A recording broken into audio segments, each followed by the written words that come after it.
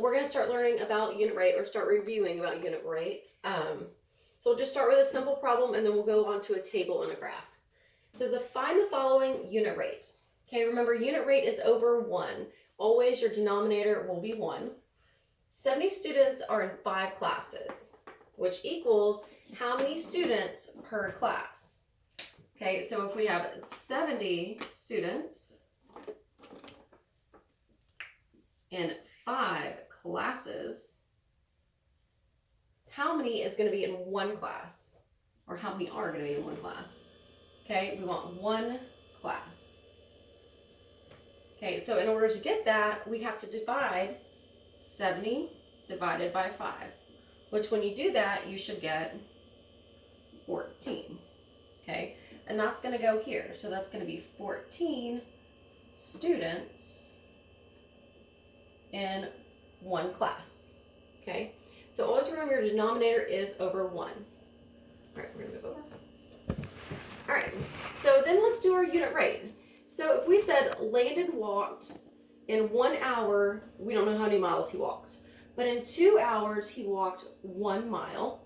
In 4 hours he walked 2 miles. 6 hours he walked 3 miles. In 8 hours he walked 4 miles. We want to know the unit rate. Again, your unit rate is something over 1. We always want that denominator to be 1. Okay, but then we have an x value and a y value. And remember, when we do a rate of change, even though it's a unit rate, you always have your y over your x. Just like we talked about in that linear equations video last week, that your x's are always going to be on the bottom and your y's are always going to be on top.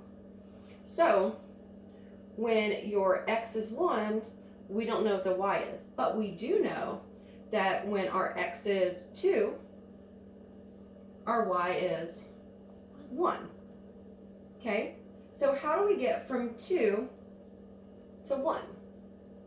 Well, if we go from 2 to 1, we divide by 2. So 1 divided by 2 is going to be 5/10. Okay? So that's That is going to be your answer. So that's part of it. We're going to go ahead and pause this video, and then we're going to go to the next video where we're going to show you graphically.